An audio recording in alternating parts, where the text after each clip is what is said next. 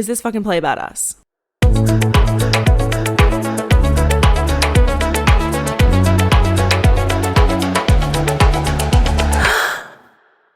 Welcome back, Gaspers, to Gasp, the podcast for the gays, the girls, and especially the gay girl. Taylor Swift's 12th album, The Life of a Showgirl, was released last week.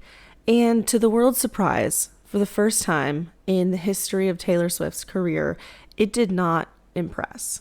Fans had very high expectations, including me, for the album, and Taylor touted this album as, quote, lightning in a bottle. Fans and critics alike say otherwise. Between Swifties making edits mourning the old, talented Taylor, the New Yorker writing, quote, Taylor Swift sounds stuck, it's clear that this album does not live up to the Taylor Swift standard. Is Taylor really losing her craft? Is she becoming MAGA-fied, as some people are saying? Has her man replaced her brain with a football?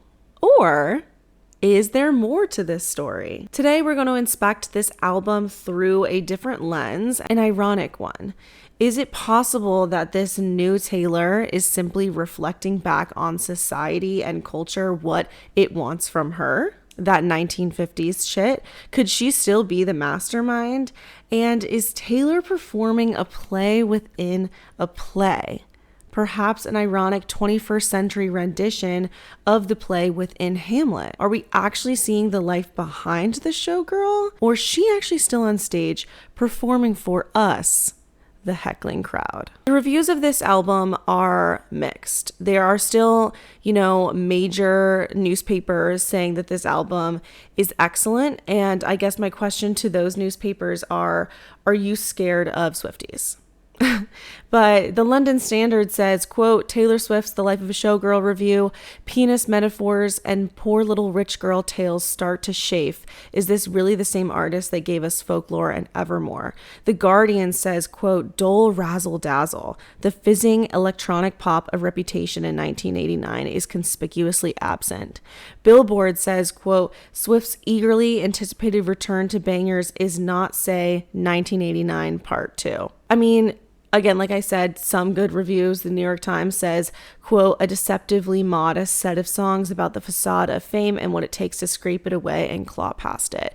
But with all of this said, whether you like this album, whether you love it, whether you are disappointed, whether you literally hate it, what is overwhelmingly clear is that this is her most mixed reviewed album in about 10 years. What I'm going to explore today is the possibility that this is intentional and that we're part of this play. Is this fucking play about us? Let me prove it to you. Before we get into my evidence points, the music video with the lyrics, with her media interviews that she's been doing, first, just some updates. If you are new to this, and if you're not new, I'm also on YouTube. So if you're listening to this, I also have, this is on video right now, and I have a YouTube. I'm trying to build my YouTube platform, and it very much helps me if you subscribe to my YouTube. It's totally free. So if you have not subscribed to my YouTube and you're just listening, please do that now. It takes 2 seconds. It's free.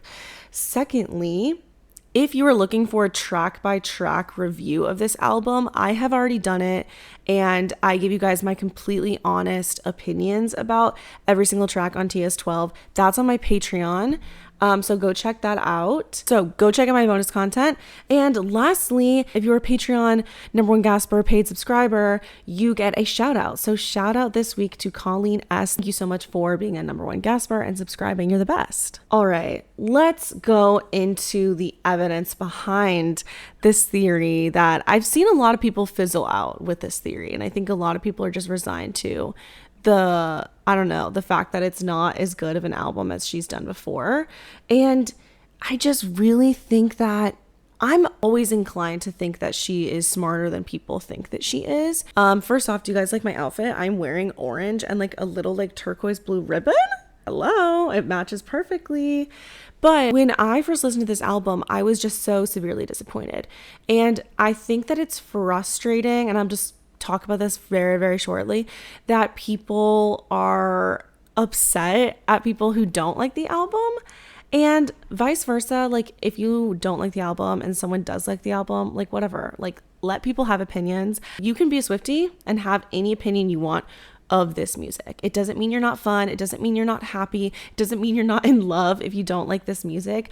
I think that the reason why there is such a lackluster response to this album is because of three different things. One, the lyrics fall so short of the Taylor Swift standard. Even her pop songs have better lyrics. When we say lyrics, we don't necessarily mean it needs to sound like Cowboy Like Me, okay? But she put out Lover, she put out 1989, she put out Reputation, and the lyrics just didn't sound as clunky and were more deep, right? They had more meaning. They had more to dig into. Two, the melodies and like the production and the vibes. My question is, how is Max Martin and Shellback on this album? Because it sounds like the Lumineers. It doesn't even sound like really like banger pop music, and it doesn't really give Showgirl vibes.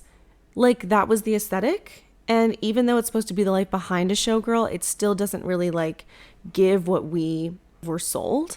And three, this doesn't sound like Taylor Swift. It doesn't, live up to the standard that Taylor Swift put for herself, but also the messages are a complete 180 from what Taylor Swift has said in the past in her music and in interviews. So I think all of this is intentional. The other option is like, what happened? Did you get so famous that you couldn't figure out what was actually good? Did you not recognize what was good art of yourself and bad art for yourself? Did she get so famous that she lost sight of the fact that when people criticize her based on politics, it's not because they're trying to cancel her, it's because they want her to like speak up for gay rights, etc.? Perhaps. I think that's one option. I think the other option is that she's a mastermind. And I think that she is the latter. That's just what I think. I don't think that she just lost her craft, suddenly became a trad wife, and doesn't know how to make good music anymore. I think she knows how to do all of those things. And I think that she is reflecting the culture back on itself and is saying, if all you want is that 1950s shit from me, I'll give it to you. I think we are not only just like the viewers and the consumers of the music, but we are in the audience of a play that she is performing about the music industry and culture and how it treats women. That's what I think. So let me sell you on this idea. There's a lot of different components, and one component is this idea that she's trying to cancel herself. We can see that in this album because there's a song called Canceled!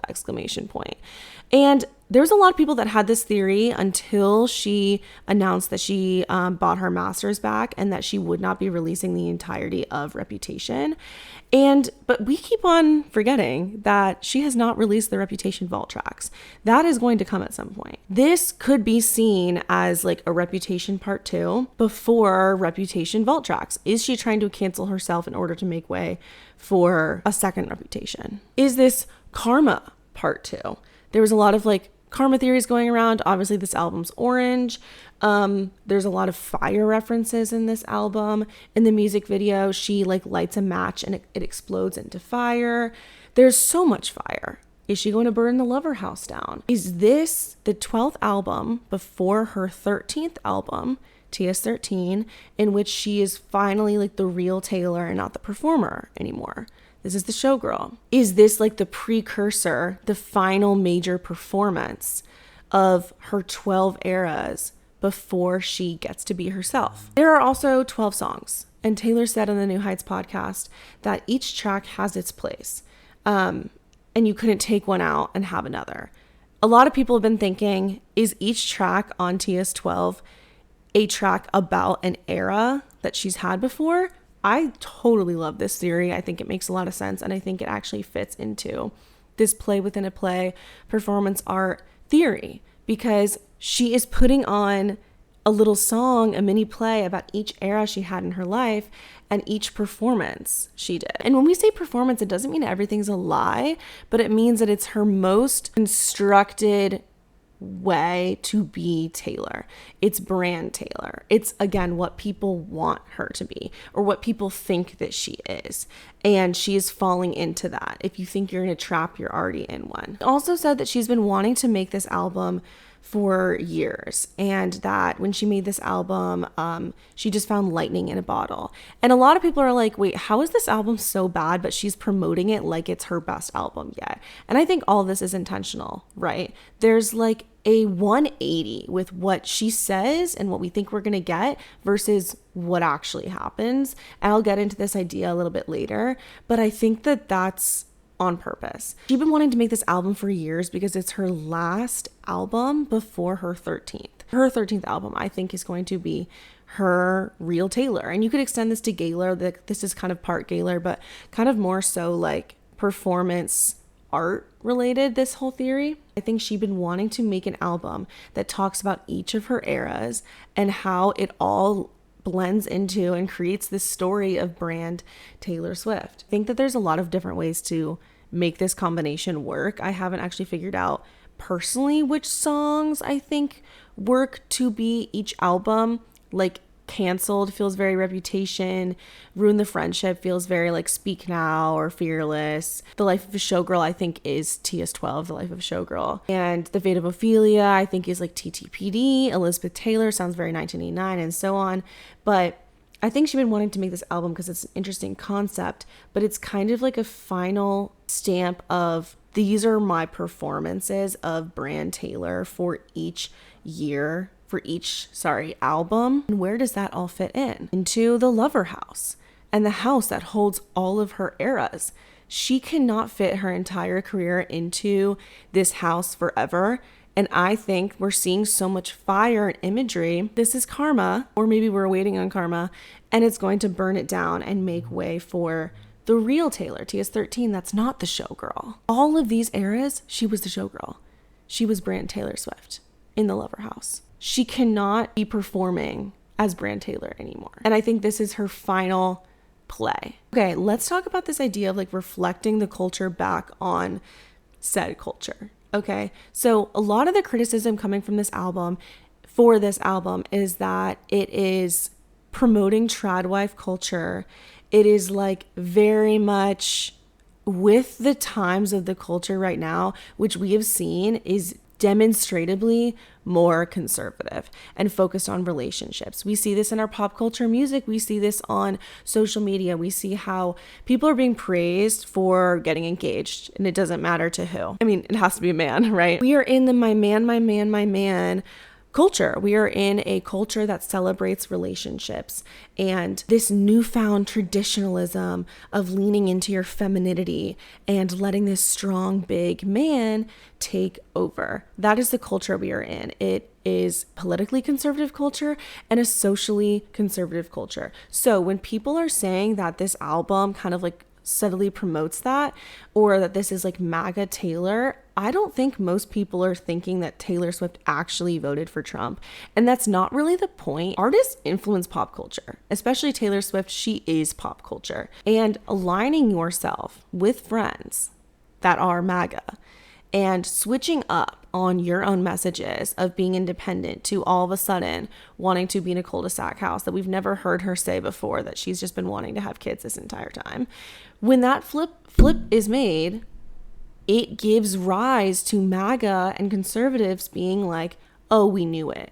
This is good for her. At the end of the day, all independent women just want to be married with kids with a big man. It's not to say that having kids is MAGA, but MAGA wants you to have kids. So just because you say you want to have kids, it doesn't mean you see MAGA. But Taylor Swift, who has been known to be a feminist icon, someone that is very anti-Donald Trump, I still think is anti-Donald Trump, who then marries this, is engaged to this big football man who, yes, may be liberal too, but is not necessarily associated with liberals when talked about by pop culture. It's larger than their like actual voting. All of this is happening. Then we see her saying, I lied when I didn't want to get married. I don't want to be a complex female character, or some people want complex female characters. I just want you. I want to be saved. When we see this change, this flip with what she says she wants, and then what she wants once she is married to a big, strong man, that gives way to MAGA saying, we knew it. This is what is right. Okay, so that's kind of a larger conversation. Not saying that if you want a family that's MAGA. Let's use our thinking caps, okay? Taylor Swift had a song before. What is it called? It's called Mirror Ball. And shows us how she can be anyone. She can reflect back what we want to see. She does that. And I think this album is a huge mirror ball, especially for the cultural movement we're in. I want you to know I'm a mirror ball. I'll show you every version of yourself tonight. You can change everything about me to fit in. I think she's doing that with this album. She's been promoting this album. She's also been saying this sentence of "the crowd is your king." There's also a vinyl that's called "The Crowd is Your King" edition. And I think that's a very, very interesting thing to write. What does that mean? The king is in charge, right? The king has power. The king dictates what someone does. And all of this comes back to Midnights. I think Midnights was the beginning of her setting into motion this story. Midnights versus Life of a Showgirl are contradictory albums. They're a complete 180. What she says she wants in Midnights, she completely changes her tune in The Life of a Showgirl. And I think that's completely purposeful. She has king imagery. She's talking about being trapped in a tower, Ophelia. She's talking about romantic ideas. Same thing with Midnights. The themes and the messages, completely different. So again, we'll get into that. But the crowd is your king. That means she's going to reflect back to the crowd what she knows the crowd wants. What does the king want? The crowd is in charge of her. It's not her. She knows that she needs to perform for the crowd. We are the hecklers. We are the people watching this play. What do we want? What did culture want from her? They wanted her to stop dating all of these random other men. They wanted her to settle down and finally find her Prince Charming. She did that. They wanted her to make a love album and stop being so mean and aggressive. She did that. They wanted her to not be like this mean feminist that's like, stressed out all the time and complaining. Okay, great. She made a very simple, catchy pop album for you guys.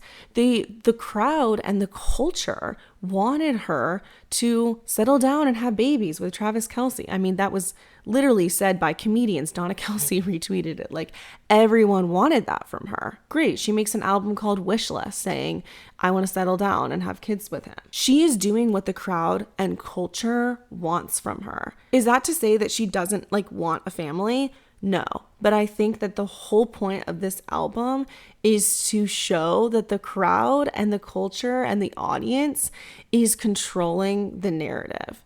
And how do you win? You win by doing what the crowd wants you to do. The crowd is her king. The muse is not Travis. The muse is us. In The Fate of Ophelia, when you first look at it, and even all this media and all these publications, when they talk about this song, they're like, Travis Kelce is saving her from the fate of Ophelia, right? You saved me from the lack of love that I had before and saved me from the tower. Is Travis saving her from the tower? Or is it us? Or is it a different Taylor Swift? Is it the real Taylor? Is it the Showgirl Taylor? I do not think that the muse of this album is Travis. I think the muse of this album is us, the fans, and how Taylor, her relationship to the fame. I think the goal of this album is to make people realize that what we wanted of her, that there's a lot of people that loved her and Travis, to realize that that wasn't actually what we wanted of her. Yes, the culture wanted all this from her. She gave it to them. Now she's not the Taylor Swift we knew and loved. I think this is social and political commentary. I also think it's rage bait, because Taylor Swift knows that if there's disagreement and controversy surrounding an album, people are actually going to pay to stream that. Even though there are mixed reviews and a lot of people are saying this is her worst album, it sold 2.7 million copies in 24 hours. Which surpasses her own 2024 record, her own record. What is this showing? Yeah, she is making a maybe worse album, an album that promotes values that a lot of us don't agree with. At least values of you're going to change your mind once you find a good man on everything you thought before. And that love can save you. Even with all of the disagreement, it is making money. So I think she's doing this intentionally for money, but also to show us the culture and what we wanted from her. And then being like, oh, you guys don't like that anymore? Oh, you guys don't want that? I think she's making a really interesting point. And even beyond just the culture points, I think it's also just performance art of what being an artist is like. There's a very thin veil between most fans and realizing that this is a performance, that this is brand Taylor and not the real Taylor. We still haven't met the real Taylor. It's getting faker and faker and faker until the whole thing kind of combusts. She's reflecting back. She can only be a mirror ball for so long until the mirror ball explodes. I think the other big clue that this is a play within a play, and just her showing what the performance of being a showgirl is really like in an album about being a showgirl, is the fact that these are complete 180s in her messages that she has with this album versus her past album. And I think that's a really good clue that this is brand Taylor, that this is performance Taylor, that this is not the poet Taylor. Who is writing this album? It's the showgirl Taylor.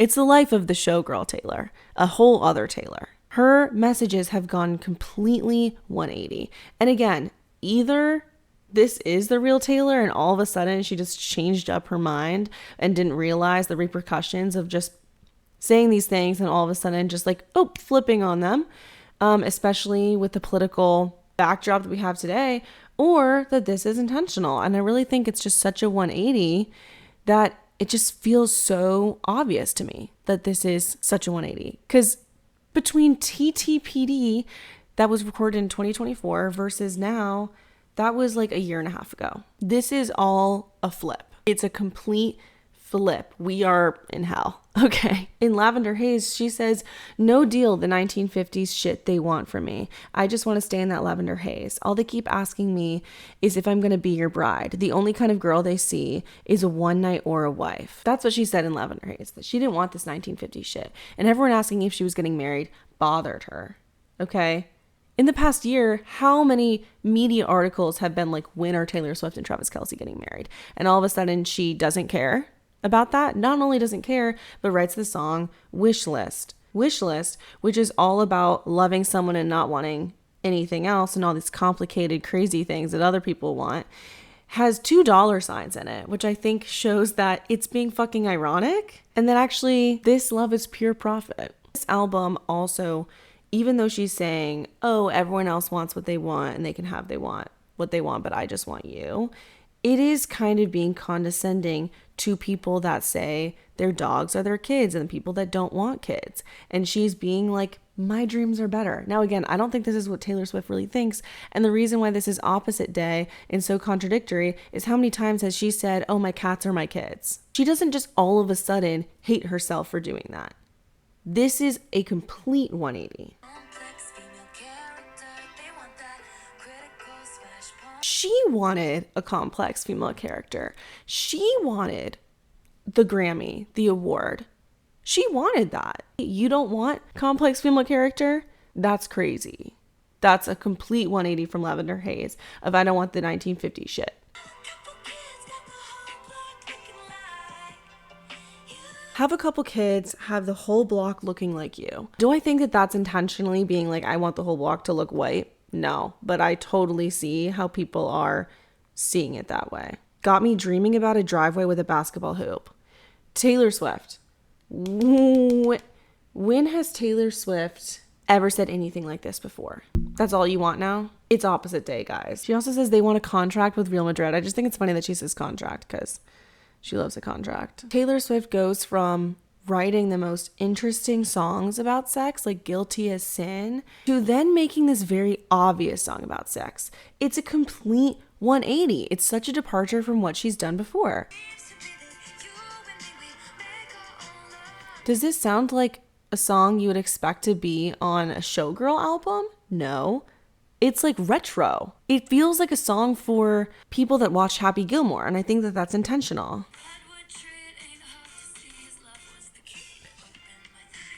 That's completely different from Lavender Haze. It's just such a departure. This is not Taylor Swift. This is the Showgirl. What they want from me? You want me to be like a little bit more like sexy with Travis Kelce? Fine, I'll give it to you.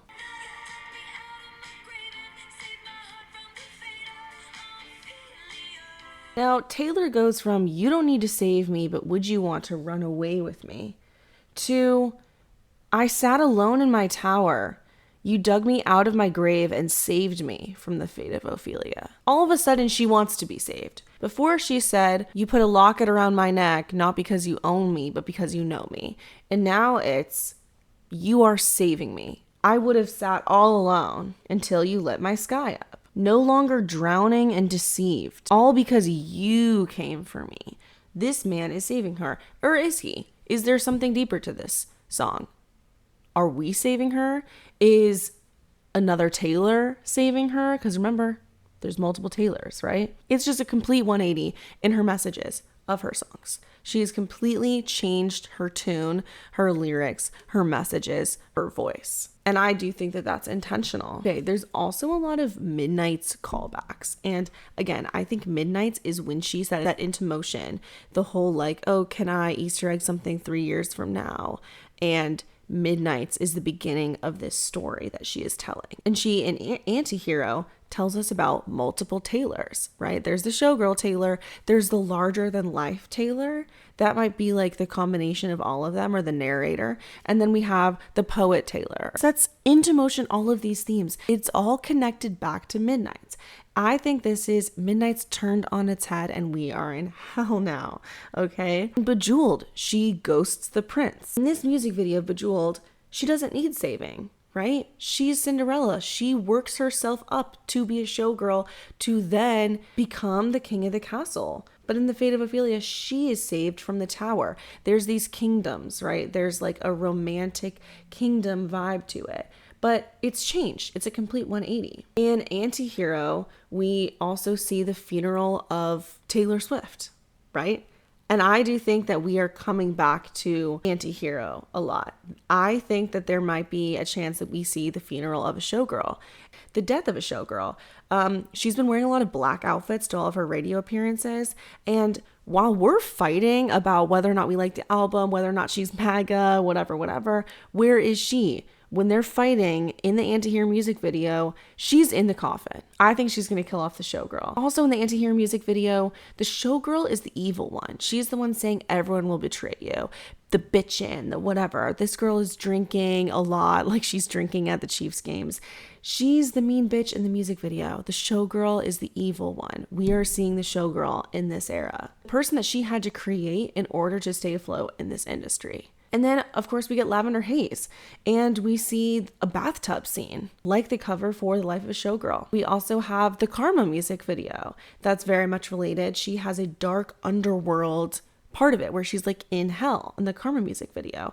And in Cancelled, she says, welcome to my underworld where it gets quite dark. I like him cloaked in Gucci and scandal. Cancelled is like a play about a play. This is a 180 version of Midnight's. We are watching the showgirl put on her version of events. This is what we're seeing in this album. So we've covered Midnight's callbacks. We've covered the fact that this album seems like a 180 and a departure from what she has done before, and how this could be her trying to cancel herself. And again, what this all comes down to is just the fact that this album is very distinct for a reason.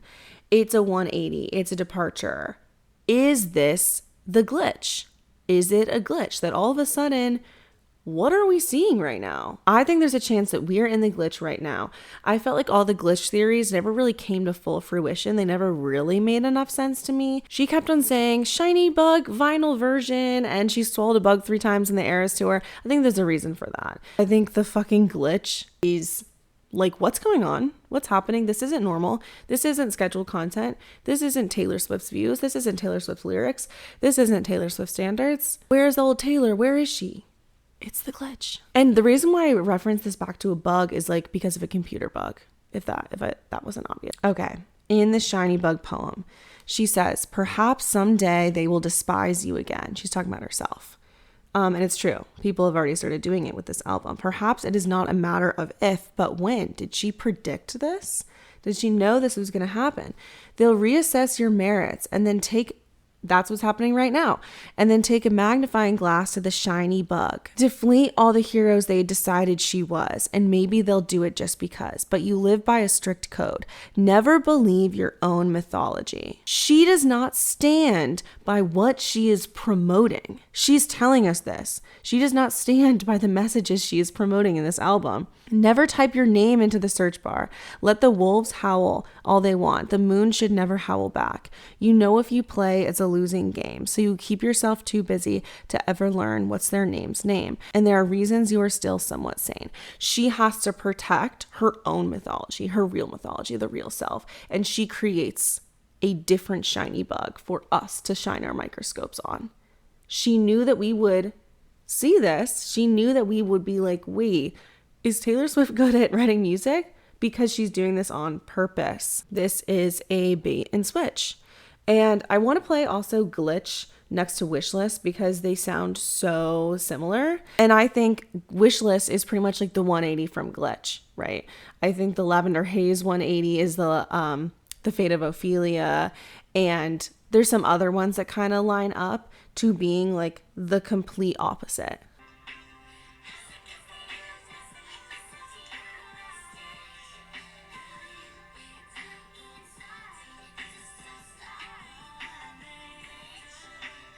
So that's them combined because they're so similar. I think Wishlist is just like the opposite of Glitch. Wishlist is like conservative version of Glitch, and not because she wants kids, but because she doesn't want to be female complex character. And she's shitting on people that want dogs as their kids. And she used to be like the single cat lady, and all of a sudden she's abandoning things that she identified with because this is not the real Taylor, and this is the brand Taylor doing what she needs to do to make money.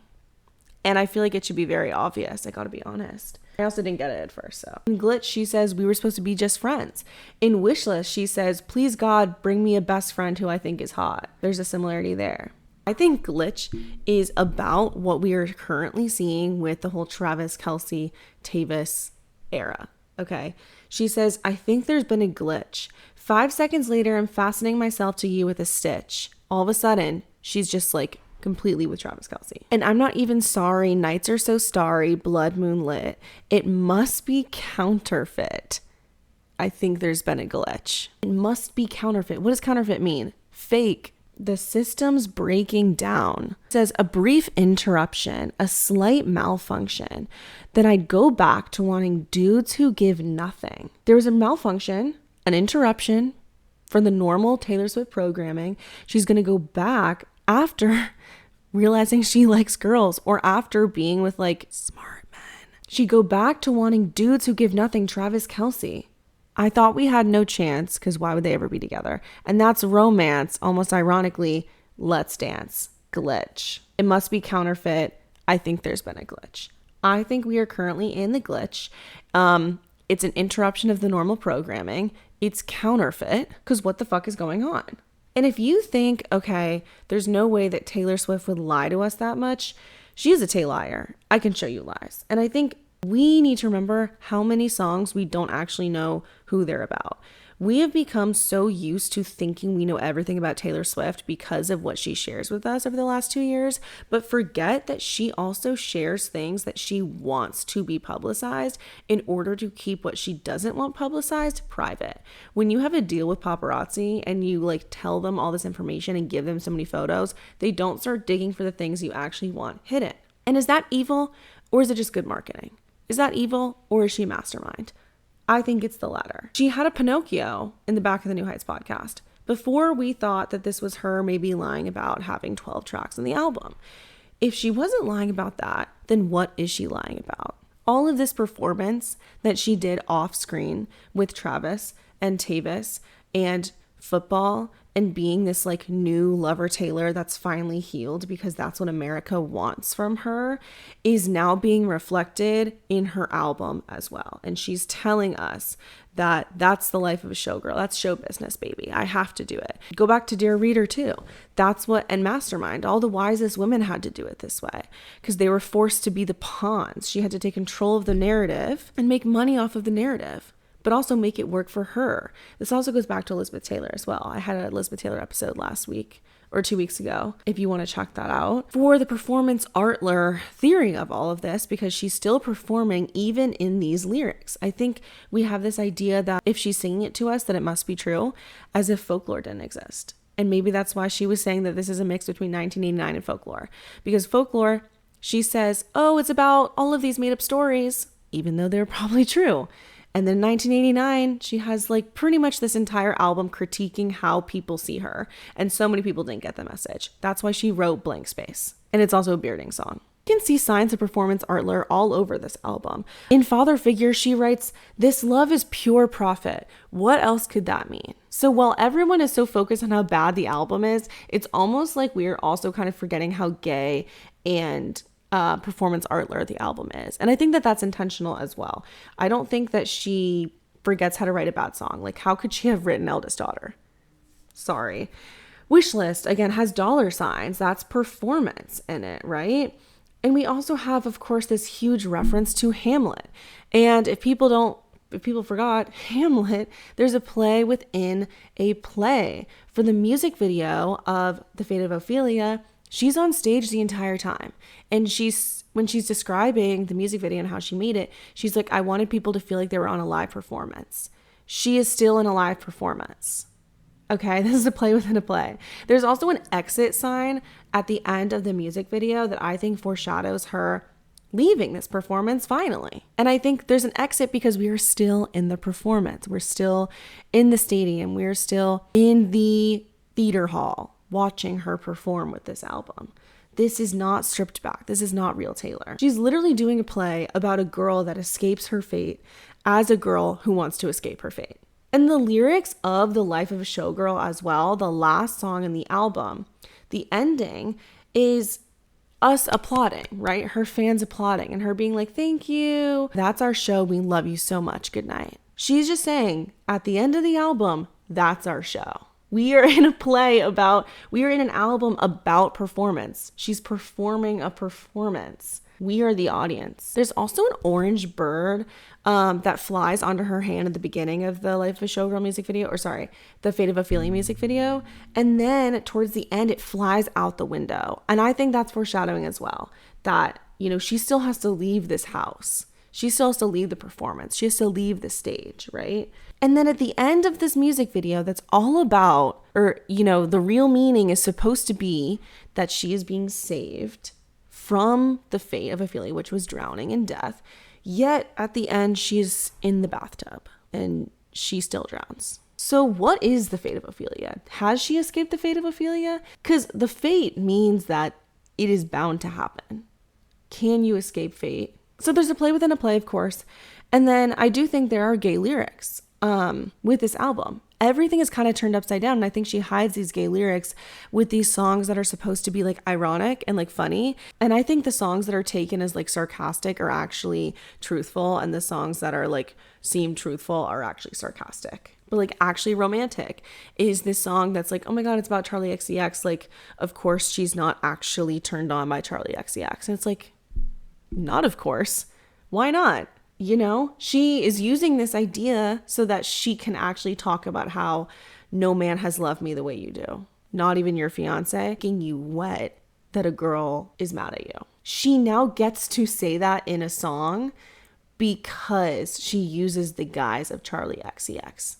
With Father Figure, she's like, I'll be your father figure. I'll protect the family. This is kind of a gay phrase. And I think it reminds me of drag families and drag mothers of like, I'll protect the family. I'm the mother of the family. She's the father figure. And I don't know if this song's about Joe Alwyn and like kind of protecting him from like his gay scandals, or Carly Kloss and protecting her from scandals. But I think that it's like an inside look into Hollywood and kind of like people protecting each other and knowing how to perform in a way that hides their scandals, right? Their scarlet letters. I also think that that's like one of the only very, very good songs on this album. Elizabeth Taylor, and also, of course, Father Figure is a reference to George Michael. George Michael, who wanted to come out and his label didn't let him. I think that is very relevant to this. Okay. The artists that she mentioned that and was like inspired by for this album are both queer, or at least queer coded.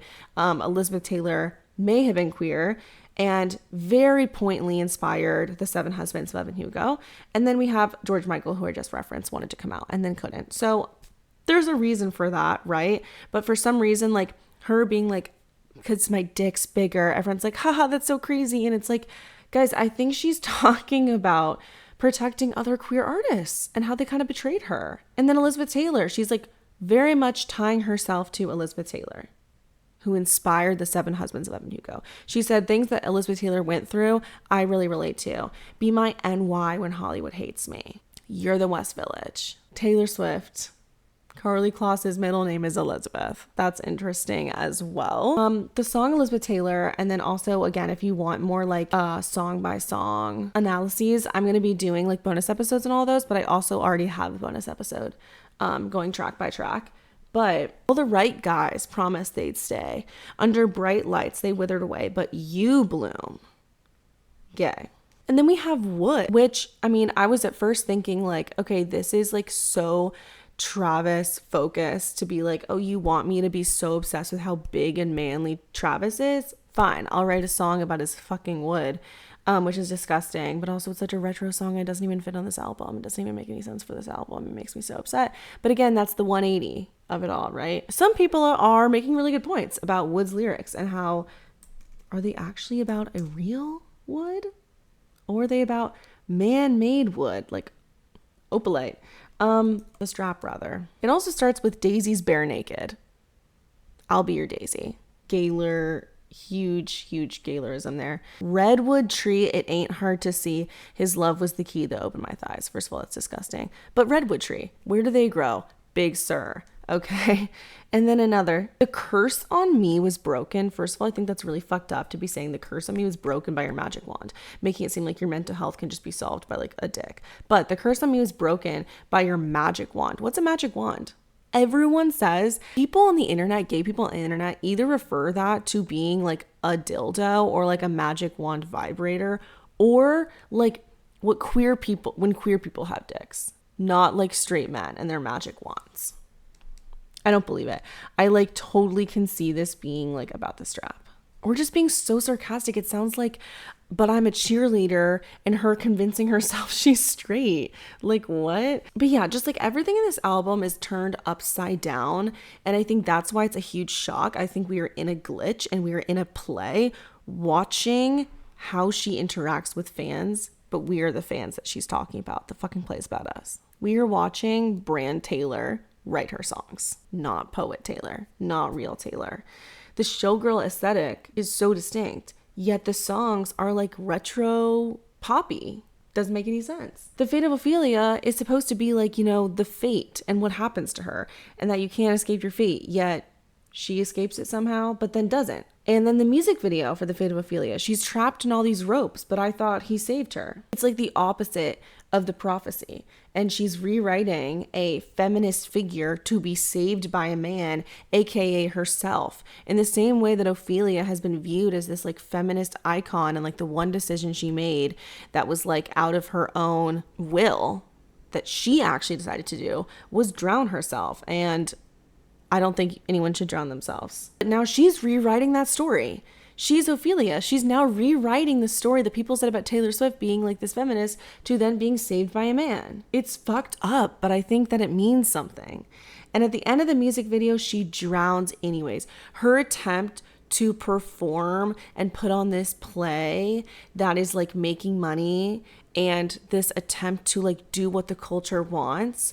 You can do all of these things. You can be like, yes, this man saved me, but it doesn't actually happen in real life because this is a play. This isn't actually really Taylor Swift. This is the Showgirl. She ends it with, that's show business, baby. That was our show. Thank you. Good night. Glowing like the end of his cigarette. Wow, she came out. I said, you're living my dream. Taylor Swift wants to come out. This is the only song that's actually telling us what's happening in this play. It's actually telling us about the show that we are seeing and consuming right now. That's not what showgirls get. They leave us for dead. She's telling us what actually a showgirl is like. Is she going to be left for dead? Is there going to be the death of a showgirl? Then all the headshots on the walls of the dance halls are of the bitches. I want someone to help me come up with like why she keeps saying bitches, bitchin'. that means something. I don't know if it's because like she's supposed to be the bitch in this, like the showgirl is like a bitch and has to be a bitch in order to like be successful. I don't know, but yeah, someone let me know their theory. But the bitches who wish I'd hurry up and die, but I'm immortal now, baby dolls. I couldn't if I tried, so I say. Thank you for the lovely bouquet. I'm married to the hustle. Not to Travis. I'm married to the hustle. And now I know the life of a showgirl, babe, and I'll never know another. Pain hidden by the lipstick and lace. Pain is hidden by the lipstick and lace of this glittery album. And I wouldn't have it any other way. Thank you for the lovely bouquet. Now I make my money being pretty and witty. And then there was also something that someone showed me that said, from West Side Story, Maria sings, I feel pretty, oh so pretty. I feel pretty and witty and gay. She makes her money feeling pretty and witty. When are we going to get the gay? Maybe next album. But she says, that's our show. We love you so much. Good night. That is our show. This album was a show. And I think her talking about being left for dead is what showgirls get. And we are going to see that perhaps in the death of a showgirl. I think she's canceling herself. She's going to kill off the showgirl. She's kicking the bucket. Like in that, one of the videos that she posted for promo, she kicks the bucket. What does that mean? To die. And at the end of the life of a showgirl, she says, that's our show. Good night. What do showgirls get? They get left for dead. I think we are witnessing a show in this album, and performance art reflects back performance art that she says that she loves to do. She said she did on the Eras Tour, performance art. Performance art, by definition, is meta art. Not just the show we see, but it's meta about the show and how that is such a specific point in culture and history, and how that is, the audience can only witness that if they are in tune to what the culture of the day is saying. She's making performance art about her being this showgirl for America. And I think she's going to kill off the showgirl. So she doesn't have to do this play within a play and have to tell us what it's like to perform as a showgirl. And then she can just be Taylor. I don't see real Taylor in this anywhere. I will be awaiting and hoping that I am right. Let me know if you were convinced by this theory. I think there's a chance we get something on Halloween, like the death or funeral of a showgirl, like 31 is 13 backwards and 30th is a Friday. Or, some people think we're going to get something in like a week or so. Who knows? But let me know what you think of this theory. I think Taylor Swift is very smart and loves to have a lot of different references in her art. And this wouldn't be the first time she had like a meta meaning for songs or an album. So, reminder to subscribe on YouTube if you haven't done that yet. Please go to my YouTube and subscribe. It's free. And let me know your thoughts. I'll be continuing to make content about this for a very long time. And then, of course, I'll resume other pop culture content as well. But we are in a Taylor Swift era, obviously. So, okay, love you guys. See you next time. Bye.